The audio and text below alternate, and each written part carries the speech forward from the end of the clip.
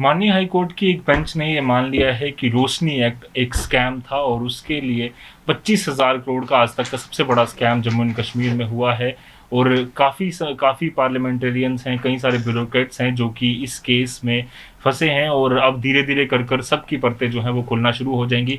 इस केस में सबसे बड़ी जीत हासिल की है अंकुर शर्मा जी ने, एडवोकेट अंकुर शर्मा, एकजुट जम्मू के चेयरमैन, जो लगातार इस लड़ाई को लड़ते रहे हैं। और 2014 में एक पब्लिक इंटरेस्ट लिटिगेशन इन्होंने फाइल की थी जिसमें ये इन्होंने कोशिश की थी कि स्कैम का भांडाफोड़ किया जाए और आज एक बड़ी कामयाबी अंकुर जी आपको मिली है। सबसे पहले मैं आपको बधाई दूंगा। और कई सारे सवाल पहले भी आप जवाब दे चुके हैं।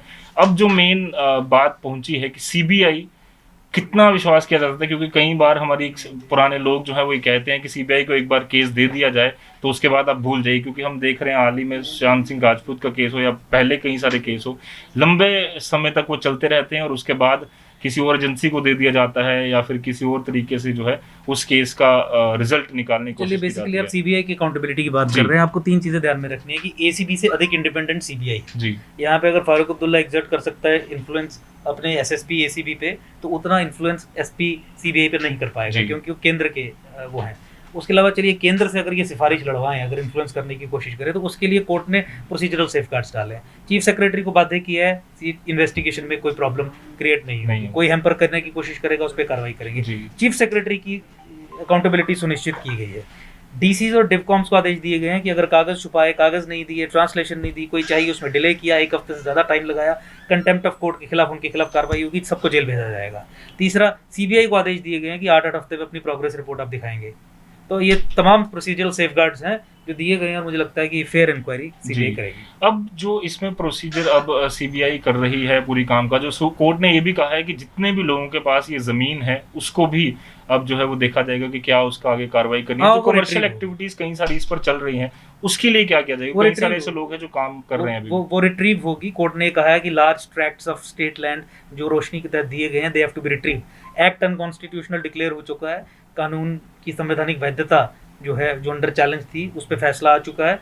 कानून गलत था, ओनरशिप राइट्स जो दिए गए वो सब गलत थे, सब खारिज। तो सब कुछ वापस लेने के आदेश भी कोर्ट ने दिए। जी।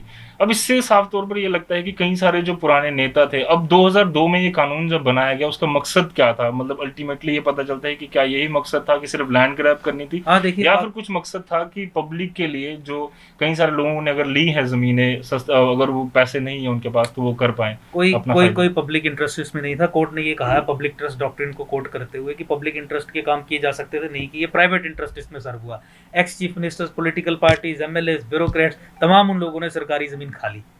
तो ये कोई पब्लिक इंटरेस्ट में किया गया काम नहीं था। किसानों के नाम पे जमीनें नहीं की, अदरवाइज एग्रेरियन रिफॉर्म्स एक्ट के तहत होती थी। रोशनी का दिखाया कि किसानों को देंगे, किसी को नहीं दी। 99% एप्लीकेशंस पेंडिंग रही किसानों की, 77,000 एप्लीकेशंस खारिज हुई।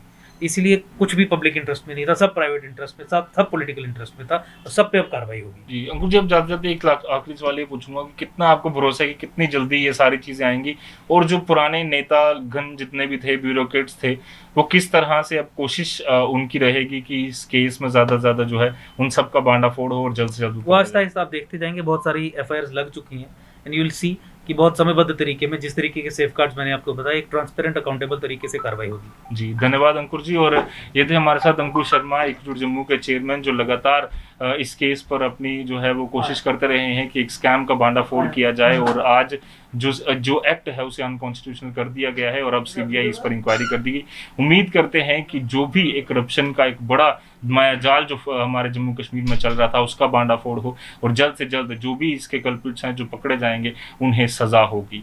कैमरामैन कमल सिंह के साथ अजित वोरा, बिलाल के दीजिए इजाजत। धन्यवाद।